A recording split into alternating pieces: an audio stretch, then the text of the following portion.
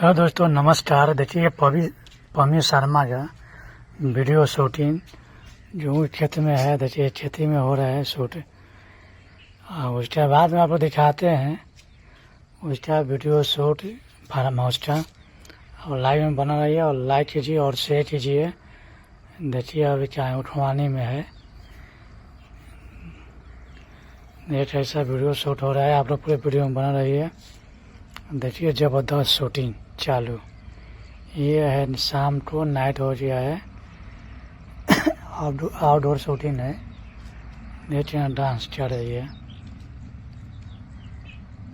आप ज़्यादा वीडियो सीखिए, कमेंट करिए दोस्तों आप लोग।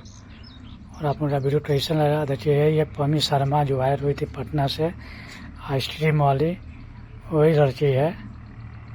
और देखिए डांस चल रही है। ग्रुप में भी लड़की है, मिल लीड में 2 लड़की है। और देखते हैं पमी शर्मा का बेड सीन। देखिए ये है बेड सीन पमी शर्मा का। आप लोग वीडियो लाइक कीजिए और शेयर कर दीजिए ज़्यादा से ज़्यादा हो सके। और बताइए आप लोग कैसे हैं और कहाँ से लाइव में जुड़े और कैसे हैं। और लाइक करिए, कमेंट कीजिए और शेयर कीजिए। आप सभी को वीडियो देखने दीजिए।